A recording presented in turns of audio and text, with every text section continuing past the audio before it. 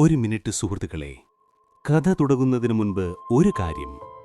നിങ്ങൾ ഈ രാത്രിയിലെ കഥയുടെ മായാലോകത്തിലൂടെയുള്ള യാത്ര ശരിക്കും ആസ്വദിക്കുന്നുണ്ടെങ്കിൽ വീഡിയോ ലൈക്ക് ചെയ്യാനും സ്റ്റോറി ബുക്ക് സബ്സ്ക്രൈബ് ചെയ്യാനും മറക്കരുത്.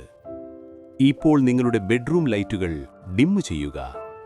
നല്ലൊരു പശ്ചാത്തല ശബ്ദത്തിനായി ഹെഡ്ഫോൺസ് ചെവിയിൽ വയ്ക്കുക.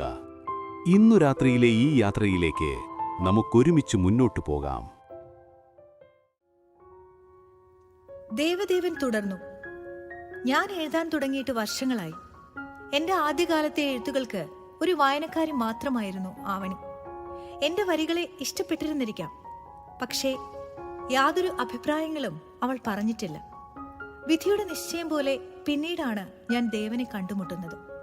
പതിയെ നിങ്ങളെല്ലാവരും എനിക്ക് അവന്റെ വാക്കുകളിലൂടെ പരിചിതരായി. ആവണിയും. അവൻ ഏറ്റവും കൂടുതലായി പറഞ്ഞത് ആവണിയെക്കുറിച്ചായിരുന്നു. തുടങ്ങുന്നതും അവസാനിക്കുന്നതുമെല്ലാം ആവണിയിൽ തന്നെ. ഞാൻ ആദ്യം കരുതിയത് ദേവന്റെ പ്രണയിനിയാണ് ഇവളെന്നാണ്. പിന്നെ ഉമയെക്കുറിച്ച് അറിഞ്ഞപ്പോഴും എന്റെ മനസ്സിൽ ദേവന്റെ പെണ്ണായി ആവണിയായിരുന്നു. കാരണം ഉമയോട് അവന് ഒരു ഇഷ്ടം ഉള്ളതായി ഒരിക്കലും എനിക്ക് തോന്നിയിട്ടില്ല. വീട്ടുകാർ നിശ്ചയിച്ചു, അത്രമാത്രം. ഒരിക്കൽ ഞാൻ എഴുതി, ഈ തറവാടിനെക്കുറിച്ചും ഇവിടുത്തെ പുഴയും കാറ്റും കുളവും പാടവും തൊടിയും കിളികളും എല്ലാം.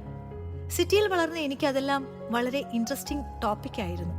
പിന്നെ ഇവന്റെ വാക്കുകളും. പക്ഷെ എന്തോ ഒരു കോൺഫിഡൻസ് ഇല്ലാത്ത പോലെ. പോസ്റ്റ് ചെയ്യും മുൻപേ ഞാൻ അത് ദേവനെ കാണിച്ചു, ഒരു ഒപ്പീനിയനു വേണ്ടി. ഞാൻ ചിന്തിച്ചത് ശരിയായിരുന്നു. ഇവിടെ ഇങ്ങനെയൊന്നും അല്ല എന്നായിരുന്നു അവൻ പറഞ്ഞത്. ഞാൻ ആവശ്യപ്പെട്ടതുപോലെ അവൻ അത് കറക്റ്റ് ചെയ്തു. ഞാനത് പോസ്റ്റ് ചെയ്തു. അന്ന് ആദ്യമായി ആ പോസ്റ്റിന് ആയുഷ്മാന് ആവണിയിൽ നിന്നും റെസ്പോൺസ് കിട്ടി. പിന്നെ അത് തുടർന്നു. ഇവന്റെ എഴുത്തുകൾക്ക് മാത്രം ആവണി പ്രതികരിച്ചു. അത് ദേവനാണെന്ന് അറിയാതെ. ഞാൻ പറഞ്ഞിട്ടാണെങ്കിലും ദേവൻ വീണ്ടും എഴുതി, അവൻ പോലും അറിയാതെ ആവണിക്ക് വേണ്ടി. ഇതിനിടയിൽ ഞാൻ എഴുതിയ പോസ്റ്റുകളും ഉണ്ടായിരുന്നുവെങ്കിലും അതൊന്നും അവൾ ശ്രദ്ധിച്ചിരുന്നില്ല. പക്ഷെ ഇവൾ കള്ളിയാ. ഇവൾ ആയുഷ്മാന് മെസ്സേജ് അയക്കും, എന്നിട്ടും ഒരു കോപ്പി ദേവനും അയക്കും. ഇവർക്കിടയിൽ ഇങ്ങനെ ഒരു കാര്യമുണ്ടെന്നറിയാതെ ആവണിയുടെ മെസ്സേജ് ഞാനും ദേവൻ അയച്ചു കൊടുക്കും. ആദ്യമൊക്കെ ആവണിയുടെ മെസ്സേജിന് റെസ്പോണ്ട് ചെയ്യേണ്ട എന്ന് പറഞ്ഞ ഇവൻ ഒരിക്കൽ എനിക്കൊരു മെസ്സേജ് അയച്ചിട്ട് അത് ആവണിക്ക് അയക്കാൻ പറഞ്ഞു. ആദ്യം അവളെ തിരുത്താനാണ് അവൻ പറഞ്ഞത്. പക്ഷെ കാര്യങ്ങൾ ഉദ്ദേശിച്ച പോലെ അല്ല നടന്നത്. അവൾ അൺകോൺഷ്യസ് ആയി ഹോസ്പിറ്റലൈസ്ഡ് ആയി. അവളെ തിരികെ കൊണ്ടുവരാൻ പിന്നെ മറ്റൊരു മാർഗമില്ലെന്ന് മനസ്സിലായ ദേവൻ രീതി മാറ്റി. ദേവന്റെ മറുപടികളാണ് ഞാൻ ഇവൾക്ക് നൽകിയത്. ഒപ്പം ആയുഷ്മാന്റെ മറുപടികൾ ആവണി ദേവനെയും അറിയിച്ചുകൊണ്ടിരുന്നു. ഇതങ്ങനെ തുടർന്നു. ചുരുക്കത്തിൽ ആയുഷ്മാനോടാണ് പ്രണയമെങ്കിലും ആ സംഭാഷണങ്ങൾ മുഴുവൻ ഇവൾ ദേവനോട് പറയും. അത്ഭുതമായിരുന്നു എനിക്ക് ഇവൾക്ക് ദേവനോടുള്ള ആത്മബന്ധം കണ്ടപ്പോൾ. അപ്പോഴേക്കും ആവണി ആയുഷ്മാനെ പ്രണയിച്ചു കഴിഞ്ഞിരുന്നു. അതെ, അവൾ സ്നേഹിച്ചത് ദേവന്റെ എഴുത്തുകളെയാണ്, മഹാദേവൻ എന്ന എഴുത്തുകാരനെയാണ്. അത് ദേവദേവനല്ല. പിന്നെ ഇവൻ ആയുഷ്. ആവണിയുടെ ആവശ്യപ്രകാരം ആയുഷ്മാനെ കണ്ടെത്താൻ ഇവൻ നടത്തിയ നാടകമായിരുന്നു ആ സർവേ. ആയുഷ്മാന്റെ ഐഡന്റിറ്റി അന്വേഷിച്ചെത്തിയവർക്ക് ഞാൻ ദേവന്റെ ഡീറ്റെയിൽസ് നൽകിയത് മറ്റൊന്നും കൊണ്ടല്ല, അത് ആവണിക്ക് വേണ്ടി മാത്രമായിരുന്നത് കൊണ്ടാണ്. അവളുടെ ആയുഷ്മാൻ മഹാദേവൻ ആയിരുന്നത് കൊണ്ടാണ്. സ്വന്തം അനിയനെ ചതിക്കാൻ എനിക്കെങ്ങനെ കഴിയും? പിന്നെ ഇവൻ തിരുത്താതിരുന്നത് അത് നിങ്ങൾക്കൊക്കെ വേണ്ടിയാ, ജയദേവനും സുമിത്രയ്ക്കും വേണ്ടിയാ, എന്റെ ഇങ്ങോട്ടേക്കുള്ള വരവ് തടയാൻ വേണ്ടിയാ, നിങ്ങൾക്കൊന്നും മഹാദേവനെ നഷ്ടപ്പെടാതിരിക്കാൻ വേണ്ടിയാ. പക്ഷെ നിങ്ങൾ ആരും അവന്റെ മനസ്സ് കണ്ടില്ല. എല്ലാവരും തറഞ്ഞു നിന്നു. ദേവദേവൻ ഉമയ്ക്ക് നേരെ തിരിഞ്ഞു. നിന്നെ സ്നേഹിക്കാത്ത, ആവണിയെ ജീവനായി കരുതുന്ന ഇവനെ നിനക്ക് എന്തിനാ ഉമേ? ഒന്ന് മനസ്സിരുത്തി നോക്കിയാൽ നിനക്കത് മനസ്സിലാവും. ഇവന്റെ മനസ്സിൽ എന്നും ആവണിയായിരുന്നു.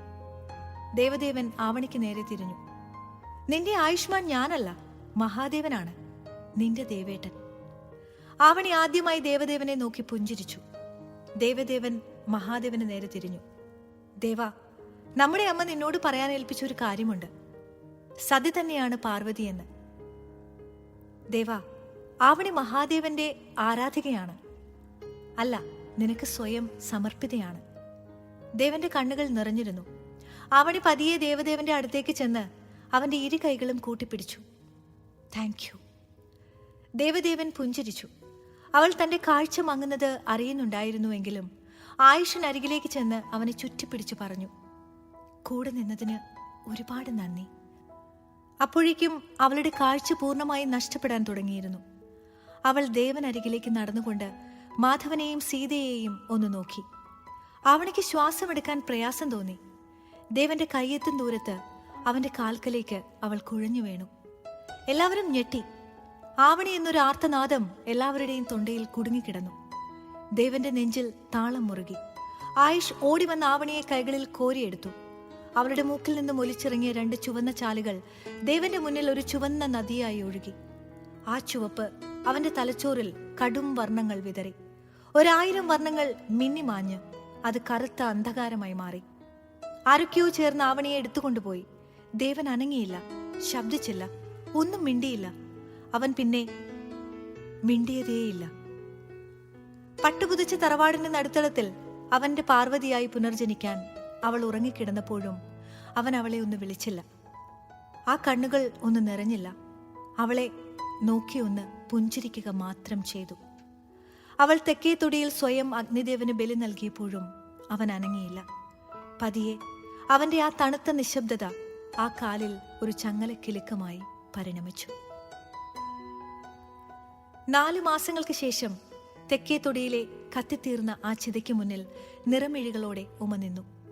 താൻ അല്പം കരുണ കാണിച്ചിരുന്നെങ്കിൽ ചിന്തിക്കാൻ പോലുമുള്ള ശക്തി അവൾക്കില്ലായിരുന്നു.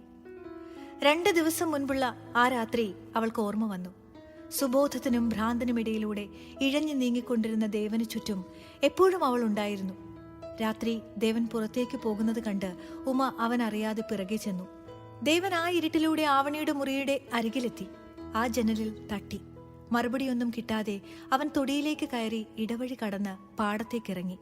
വരമ്പിലൂടെ നടന്ന് ആ കെട്ടിടത്തിൽ കയറി വരാന്തയിലിരുന്നു.